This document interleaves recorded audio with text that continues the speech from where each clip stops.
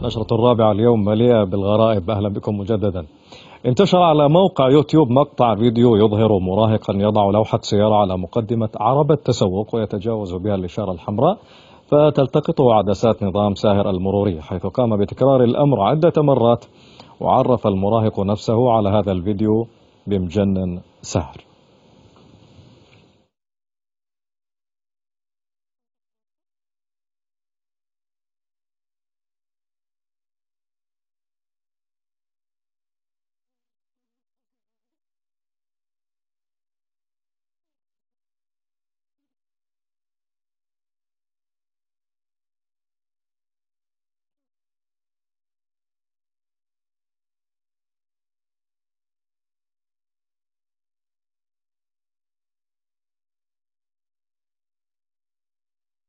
طبعا أكيد عربة التسوق في الحجز، ولكن ما أدري عن الشخص الذي كان يسوق العربة.